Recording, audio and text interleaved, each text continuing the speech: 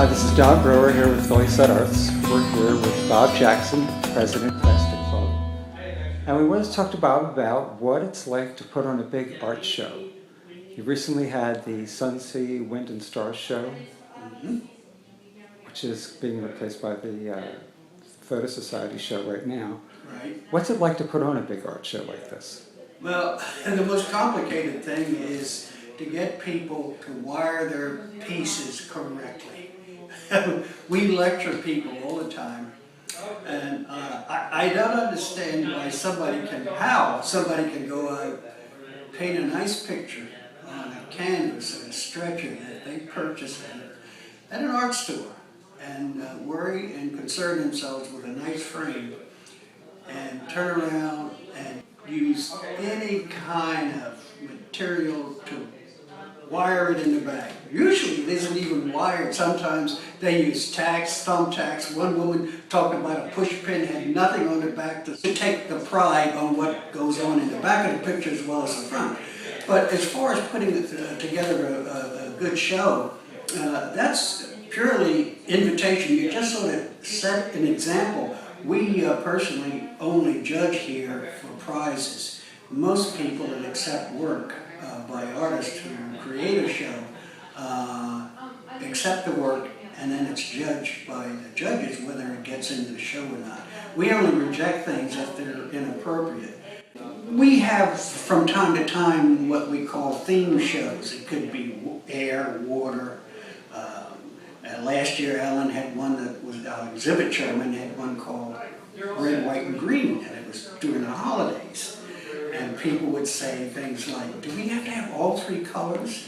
No, it's really pretty much left up to you. It's just your imagination. So they just don't go into their closet and pick out something that they did 3 years ago, or they say, oh, I don't have anything that fits that category. The idea is to sit at your easel, your drawing table, and create something for a theme. That's where imagination and creativity starts. And we've been pretty successful here.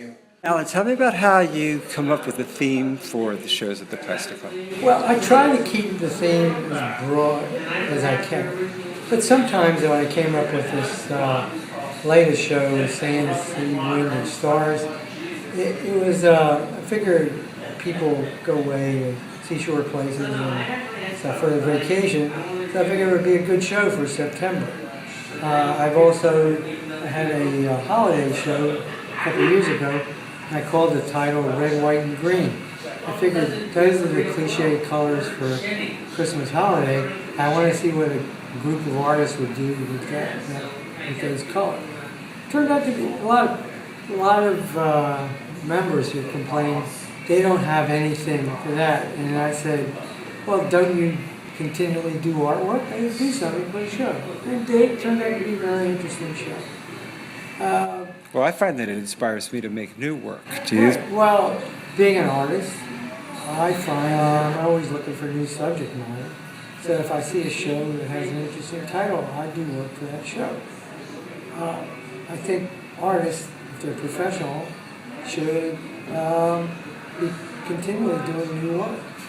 I agree. So you put on pretty big shows here at the Plastic Club. What's the average number of pieces you're hanging?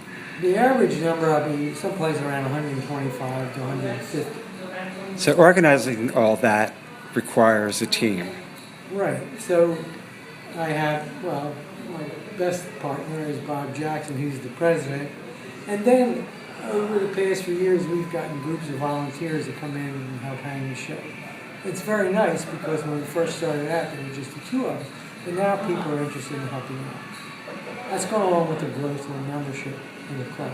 We've gotten people a lot more people say, can I help do this or can I do that? Which is good because they help hang the show and they get their input by placing certain pieces next to each other that they think look good. Or they group certain pieces of work. And their point of view might be different than Bob Jackson and mine. But we go through the show, we make a little adjustments after that. But it's fun to see how other people can put work together. And we sort of step back and let them do a little bit more. And it's worked out fine. we've had some very nice looking shows. I agree. I mean, you have a lot of the best artists in the city showing in Right. your And, shows. the other policy that I've established is that we don't prejudge the work. The judges judge for prizes, and there are usually about 7 or 8 prizes. And the judges we've had have been quite good. They're artists that I know, and I have work in the show, Bob has work in the show, but we don't accept any awards because I choose the judge. So we try to keep it as ethical as we can, the process. And I think it's a very tough situation for many artists because they don't have a venue where to exhibit their work.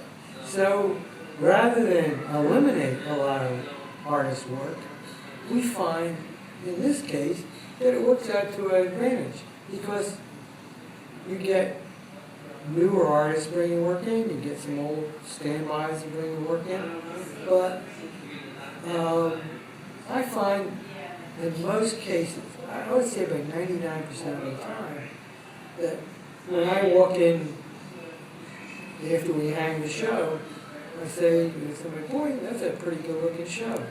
And it's sort of a nice, I don't want to call it, process takes place by when you bring the work in, and then when you hang it, and then when you come back a day later and look at it, it's a very, sometimes, most of the time, it's a very pleasant surprise.